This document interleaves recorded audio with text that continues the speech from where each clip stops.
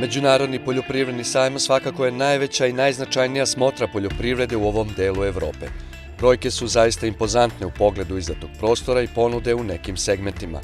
Tako, na primer, ponuda mehanizacije, naročito traktora, je veoma bogata jer su prisutni svi svetski proizvođači, a i domaći IMT nije izneverio. Popularni modeli 539, 549, 577 imaju dodatnu oznaku kao i naravno oznaku indijskog proizvođača. Ponuda mehanizacije samo pokazuje šta je verovatno najtraženija roba kod naših poljoprivrednika, a svakako da na to utiču i sredstva iz IPARD-a kao i nacionalne subvencije.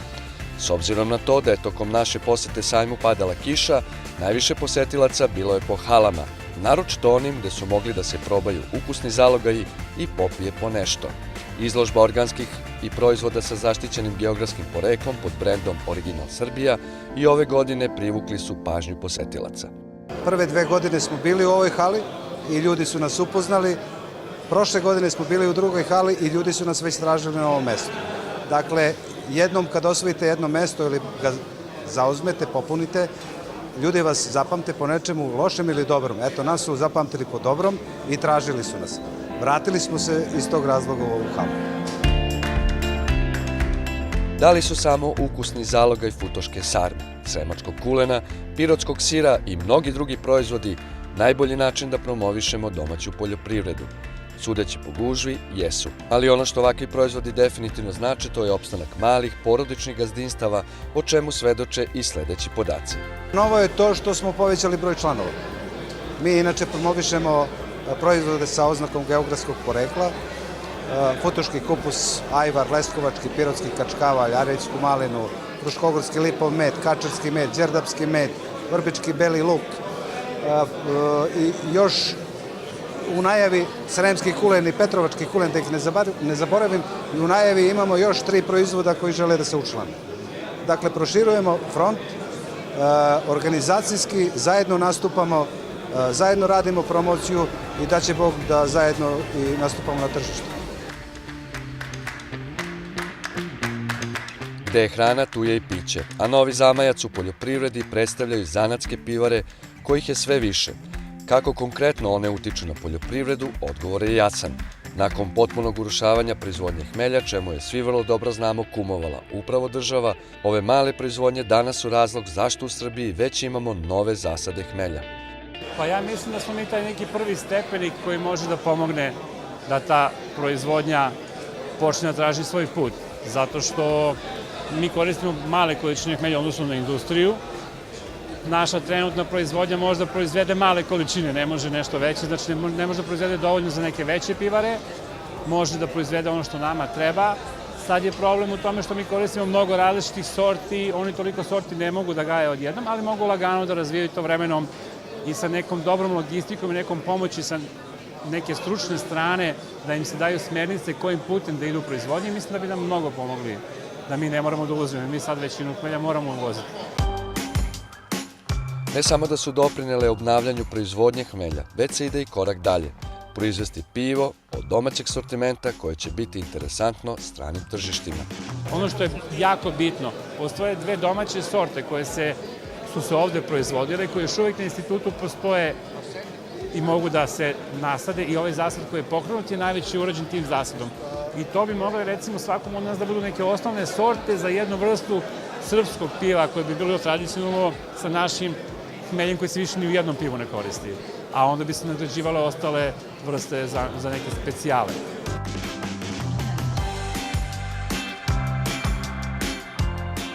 I ne samo hmelj, nego i ječam koji je osnova za proizvodnju, u budućnosti će biti kultura koja će se sve više nalaziti na našim njivama.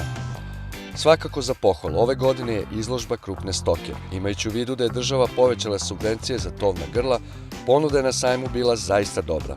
Tu su šarolej i limuzin kojima kiša ništa nije smetala, dok se u štalama moglo videti i belgijsko plavo goveče. Zaista je za svaku pohvalu kako su goveda pripremljena za izložbu, a ova slika sada liči na onu sa svetskih sajmova. Grla su čista, slama se redovno menja, gotovo da se ne osjeća stajnjak, životinje su mine što govori da se o njima vodi računa. Štandovi su ukrašeni, a među dobitnicima šampionskog pehara je i mlada Aleksandra Plavšić iz Bačke Palanke. Prva nam je ova cera nam je šampionka, pored nje je osvojila 3. mesto. Nismo bili na sajmu već 10-12 godina da ne vodimo junice. Ja sam imala 2 godine kad su ih vodili, sad sam ja bila ta koja je naterala tatu da ih dovedemo. Aleksandra, zašto si naterala tatu da dovedete? Pa prosto ja sam prošle godine, jer jako sam bukvalno zaljubljena u svoje krave. I nekako htjela sam se pokažem kakve mi to imamo i da eto ove godine sam uspela da ga nateram i kad je on vidio smo pobedili i Deltu i Almex koji su vrhunske farme, ne kažem, onda je bio ponosan i na sebe prvo, pošto je on naravno gazda farme i što su njegove junice izabrane kao najbolji, kao šampioni.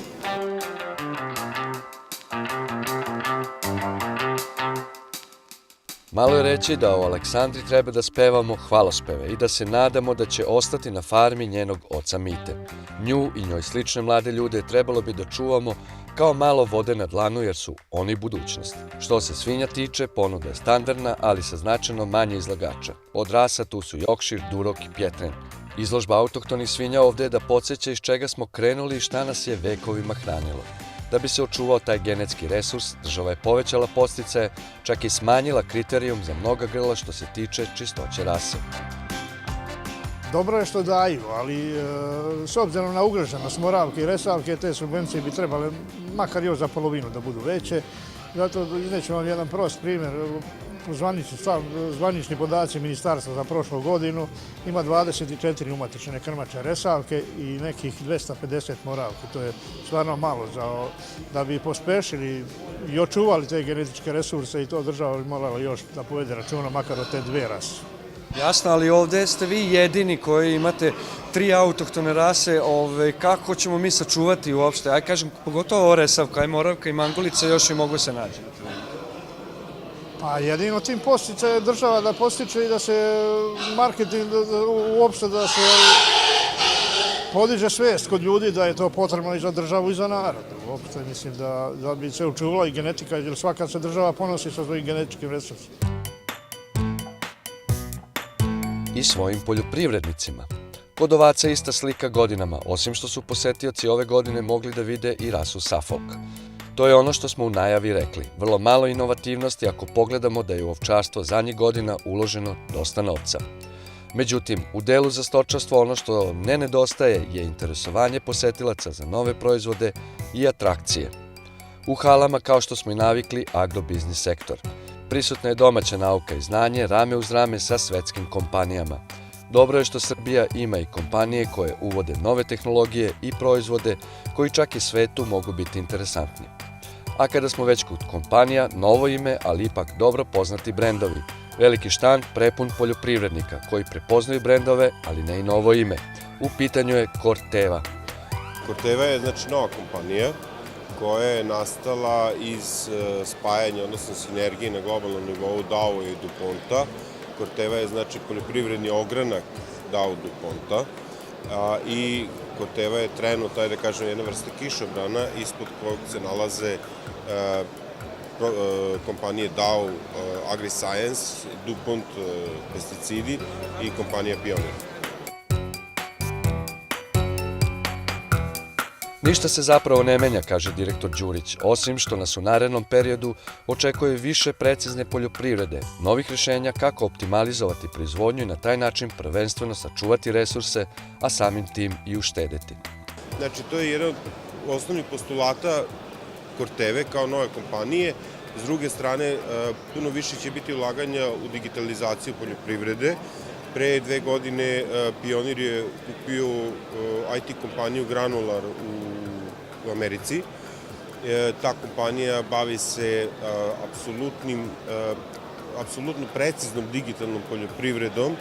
Jedan od njihovih produkata je trenutno Insirka, koji je u stvari satelitsko snimanje zemljišta, egzaktna i precizna primjena kako azotnih đubriva, tako gustina setve, kukuruza, suncukreta, znači ako je zemljište siromašnije, malo ređe se seja, ako je zemljište bogatije ide gušća setva, u zavisnosti od toga ide primjena đubriva, znači kompletan jedan servis kroz, ajde da kažemo, digitalizaciju poljoprivrede. To je jedan segment, drugi segment, ista ta digitalizacija u mnogome će dovesti do poboljšanja semenske proizvodnje, jer daleko će biti bolja observacija, daleko bolja analiza parcela za semensku proizvodnju, samim tim kvalitet semena podizaće se na jedan viši nivo. Srbija ne zaostaje u razvoju informacionih tehnologija spram sveta, ali verovatno će trebati još vremena da ovaj segment bude interesantan za sajam, kao i za domaće poljoprivrednike. Šteta, jer upravo kroz saradnju ova dva segmenta možemo da uhvatimo korak sa poljoprivredom Evrope. Kompanija sa najviše osvojenih nagrada na ovogodišnjem sajmu je MK Grupa, čije članice su osvojile više od 50 nagrada. Iz Agrogloba, kompanije koje posluje u okviru grupe, navode da nagrada stiže u godini jubileja, 15 godina od osnivanja. Rezultat i kruna dobrog rada je i nagrada koju smo dobili na sajmu, a to je najveći izvoznici žitarica u Srbiji u zadnjoj kalendarskoj godini. Jako sam ponosan na ostvarene rezultate, pre svega što u strukturi tog izvoza nisu samo žitarice, tu su i gotovi proizvodi, što značajno utiče na rezultat cele MK grupe i na povećanje BDP-a u zemlji Srbiji. Po izveštaju Žita Srbije, mi smo u zadnjoj kalendarskoj godini izvezli više od 500.000 tona, što ukupno čini više od 20% ukupnog srpskog izvoza u ovoj oblasti. Sezonu nagrada na ovogodišnjem sajmu otvorila je Flora, koja posluje u okviru PIK Bečej, članice MK grupe sa osvojenim prvim mestom u kategoriji smrznuti proizvodi. Inovativno i zbog specifičnog dizajna eco-friendly pakovanje sunoko šećera donelo je ovoj kompaniji veliku zlatnu medalju u kategoriji proizvodi na bazi žita, brašna i šećera. Kompanija Sunoko je lider u proizvodnji šećera u Srbiji, a u poslednjim godinama je prepoznata i kao najefikasniji proizvođač šećera u ovom delu Evrope.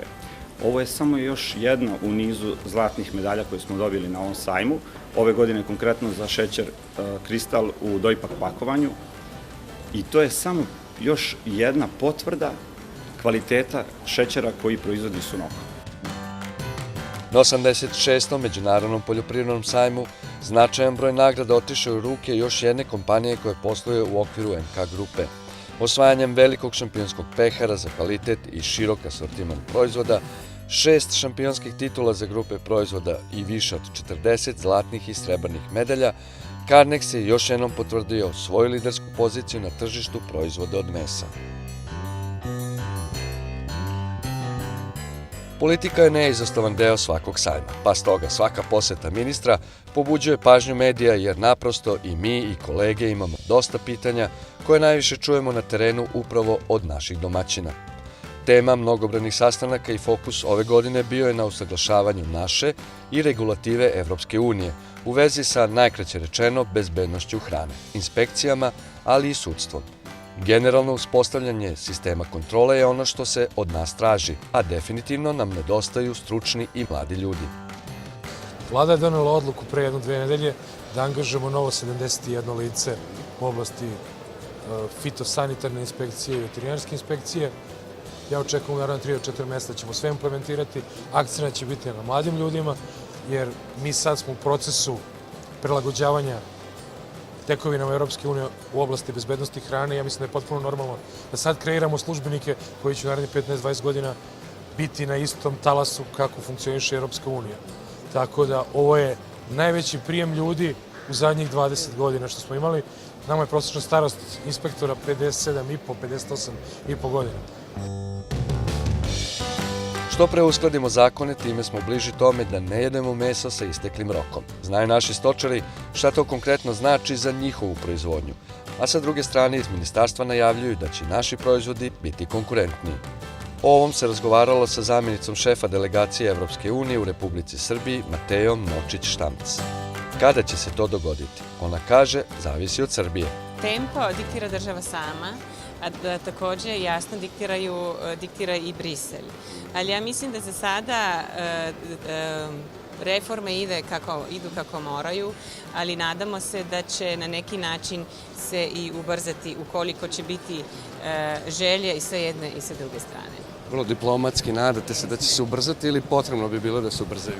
Pa potrebno bi bilo da se ubrzaju ukoliko Srbija to želi. Hvala. Toliko. Imate komentar na to? Imam. Da čujem. Mi smo toliko ubrzali u zadnje 2 godine u oblasti poljoprivrede i što se tiče poljoprivredne politike i bezbednosti hrane, dajemo sve od sebe u maksimalnim kapacitetima koje imamo, a s angažovanjem novih ljudi moćemo još brže. Završit ćemo naš pregled ovogodišnjeg sajma sa informacijom da ne može ova manifestacija da prođe bez teškaša. Ovog puta najteži bik, kažu u Srbiji, ima više od 1700 kg. Zove se Mališa i dolazi sa gazdinstva braće Jeremić.